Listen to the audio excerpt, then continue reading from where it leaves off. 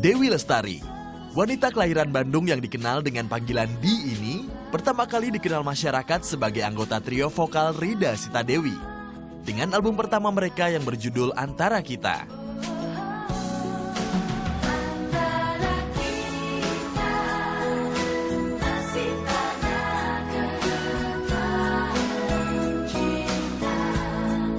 Tetapi kini, nama Di lebih dikenal sebagai novelis setelah menerbitkan serial Supernova di tahun 2001. Supernova merupakan nama seri dari novel fiksi ilmiah. Seri Supernova sendiri hingga kini terdiri dari 5 buku dengan judul yang berbeda-beda, yaitu Kesatria Putri dan Bintang Jatuh yang terbit pada tahun 2001. Berselang 1 tahun kemudian, Di menerbitkan buku Akar, serta di tahun 2004, Petir.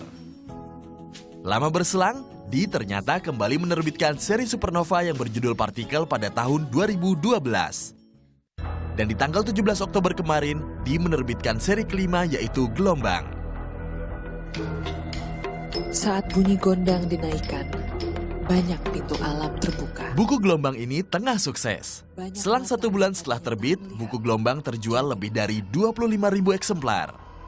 Seberapa banyak yang bisa dilihat? Tak hanya buku seri Supernova saja yang ia buat.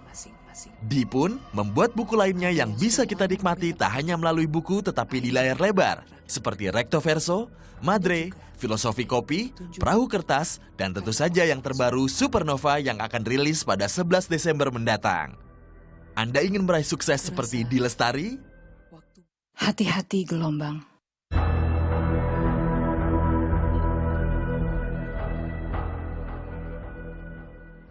Yes, ada pernyataan menarik dari Twitter mengenai buku terbaru dari Dewi Di Lestari yaitu Gelombang. Dia mengatakan begini, yang bestseller belum tentu berkualitas dan yang berkualitas belum tentu bestseller. Tapi Di Lestari bisa mendapatkan dua-duanya karena hanya dalam waktu 1 bulan sudah terjual bukunya. Bukan 25.000 eksemplar melainkan 30.000 eksemplar. Wow. Nah, kita akan bahas mengapa buku ini begitu sensasional.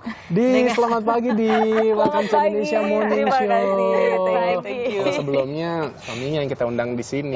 Sekarang kamu yang kita pengen tanya-tanya nih di sini. Boleh. Di, apa sih rahasia kesuksesan kamu tuh nulis buku tuh? Tadi Marsha bilang sampai 30.000 di buku kamu yang kelima ya untuk di seri Supernova ya. Iya. Kasih dong tipsnya nih, apa sih yang menarik dari buku ini? Kalau Supernova sih memang barangkali karena dia udah punya basis pembaca yang terus bertumbuh ya dari tahun 2001 sampai sekarang gitu. Tapi kalau aku pada prinsipnya ketika membuat buku itu, saya penulisnya sendiri harus terhibur gitu. Jadi segala macam emosi, segala macam suspense itu aku harus rasakan dulu. Dengan demikian aku bisa yakin bahwa pembaca akan merasakan hal yang sama. Jadi kalau aku nulis aku keseruan, sampai nangis, sampai marah-marah, sampai jatuh cinta dan sebagainya, aku merasa emosi itu akan bisa tertransfer ke pembaca. Dan itu yang kita cari dalam membaca buku. Kita ingin pindah ke dunia lain, kita ingin pindah ke dimensi lain, kita ingin menjadi karakter yang lain gitu. Dan itu kayaknya sesuatu yang aku terus berusaha deliver gitu ke pembacaku dalam setiap cerita. That's really amazing. Jadi ada begitu banyak emosi. Semoga para pembaca Gelombang ini juga bisa merasakan emosi yang sama. Nah, bagi Anda, kita punya 3 novel terbaru di Gelombang.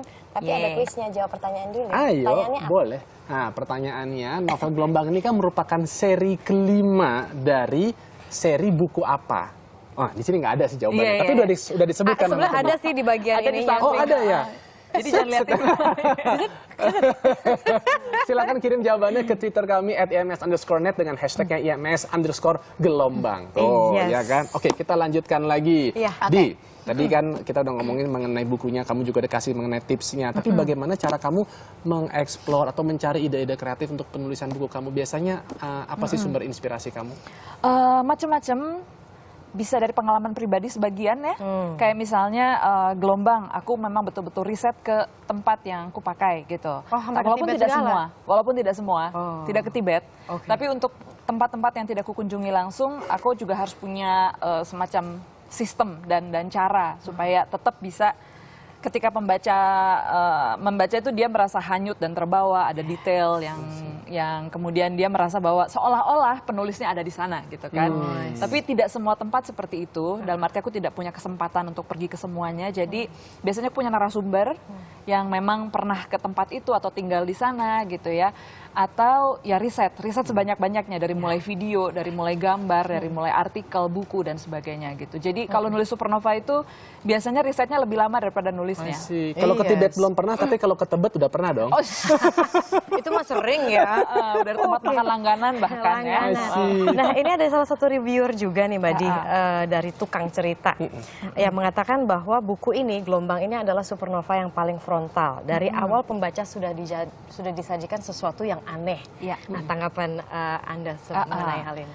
Memang kalau untuk Gelombang, aku mengatur grafik ceritanya sedemikian rupa sehingga dari awal pembaca tuh udah diikat gitu ya, diikat dengan sebuah peristiwa yang bisa dibilang lain daripada fenomena normal yang kita alami sehari-hari gitu. Dan biasanya kalau orang tuh sama sesuatu yang aneh, dia lebih cepat melekatnya ini gitu ceritanya kan ya. tentang apa sih sebetulnya si tokoh utama ini? Jadi tokoh utamanya seorang anak cowok bernama Alpha Sagala dan saya menceritakan dia dari umur dia 12 tahun gitu. Nah, umur 12 tahun itu dia mengalami peristiwa yang aneh gitu dan itu menjelaskan kenapa dia ternyata dari kecil, dari dia lahir itu sudah ada sesuatu yang mengikuti dia sejak kecil, tapi dia tidak pernah mengetahuinya sampai peristiwa di umur dia 12 tahun itu. Gitu. Nah, setelah itu habis itu Alpha kemudian mengalami begitu banyak proses transformasi sampai akhirnya dia menjadi imigran ke Amerika Serikat. Dia istilahnya jadi penduduk gelap. Dia nggak punya surat-surat. Tapi karena dia anaknya sangat cemerlang, dia berprestasi dan akhirnya dia tertekan karena dengan dia punya prestasi dia disorot orang, tapi karena statusnya yang merupakan imigran gelap, dia ribet dong. Ribet banget hidupnya tuh gitu. Dan dia sendiri adalah seorang insomnia kronis. Karena pengalaman waktu di umur 12 tahun itu membuat dia nggak bisa tidur. Don't stop, terus. Keep telling. No, you have to experience it yourself. Bicara mengenai aneh-aneh Mbak Di, ini namanya juga unik-unik banget loh. Ajaib bisa dikatakan. Tadi si Alpha Sagala. Kemudian ada juga nama karakter si Jaga Portibi. Kemudian ada Gio Dirio Tambopata. Nah ini apa sih yang menjadi inspirasi Mbak Di dalam menulis dan menciptakan nama-nama yang super ajaib ini? Ajaib ya? Nggak common maksudnya. Ya pokoknya kalau setiap nama dalam Supernova itu pasti punya makna. Kenapa Alpha? Karena judulnya gelombang gitu ya. Ya, gelombang Alpha. Dan Alpha sendiri di sini juga merupakan Alpha yang mengawali, dia adalah awal. Dan kalau misalnya baca keseluruhan cerita akan mengerti kenapa dia menjadi Alpha, yaitu the beginning gitu. Nah, nama-nama lain juga punya makna tersendiri. Misalnya Elektra gitu ya, dia punya kemampuan menyetrum orang. Taunya namanya Elektra gitu dan bapaknya kebetulan tukang servis barang-barang elektronik. Oh gitu. Mar, tapi kamu ngerasain nggak kalau dia itu cerita ya tentang bagaimana dia menulis, cari sumber inspirasinya, itu biasanya membuat kita bukan hanya tertarik, kepengen untuk tapi benar tersihir. Sampai saya juga pengen juga belajar bisa menjadi penulis, ya kan? Mungkin kamu bisa nggak kasih tips gitu ke saya misalnya yang sekarang nih jadinya tertarik juga nih, atau pengen siapapun yang mau jadi penulis. Pengen juga gitu loh untuk bisa nulis keren seperti kamu. Apa sih yang harus kita mulai sih? Kayaknya pertama yang perlu disadari adalah menulis merupakan proses yang sangat panjang ya. Jadi sampai sekarang pun hari ini aku udah nulis 9 buku, aku masih belajar terus gitu. Jadi jam terbang dan latihan itu merupakan syarat utama untuk bisa menulis. Jadi kalau mau menulis mulai dari hari ini langsung segera. Apa yang pertama kali kita goreskan gitu loh? Jadi ada yang namanya stream of consciousness ya. Itu kita tulis aja. Mungkin untuk latihan pertama ya, 5 menit menulis apapun tanpa berhenti. Itu selalu aku gunakan kalau aku workshop gitu. Karena itu untuk mengangkat kayak kerak-kerak di pikiran kita tuh keangkat dulu setelah kita coba menulis itu. Bisa dari apa yang kita lihat, apa yang kita baca, apa yang kita rasain, kira-kira seperti itu. Karena pasti awalnya kita menulis apa yang kita tahu dulu. Baru nanti kita melangkah menulis apa yang kita tidak tahu, menulis apa yang ingin kita baca gitu. Tapi awalnya harus terus menulis dari apa yang kita tahu dulu gitu.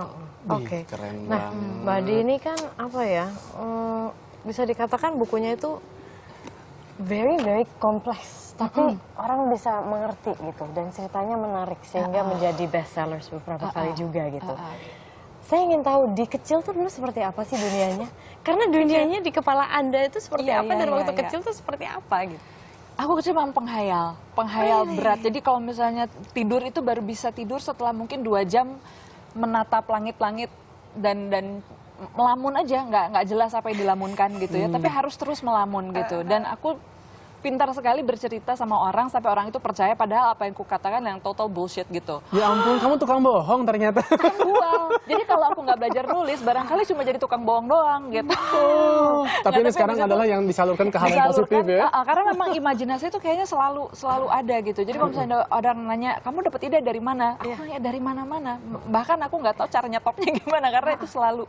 Dulu orang tua seperti apa sih? Kadang-kadang kan orang tua kalau misalnya anaknya kebanyakan istilahnya ngebual gitu ya, berimajinasi tuh kayak, nah udahlah kamu tuh kebanyakan ngebual gitu. Gimana tanggapan mereka? Kebetulan saya ngebualnya ke adik saya sih, jadi dia nggak ngelawan. Ya ampun. Orang tua. Tapi mereka selalu mendukung dengan menyediakan bacaan. Kebetulan kakak-kakak saya suka baca, jadi saya membaca buku-buku yang mereka baca, mengikuti lengseran dari kakak-kakak kamu ya?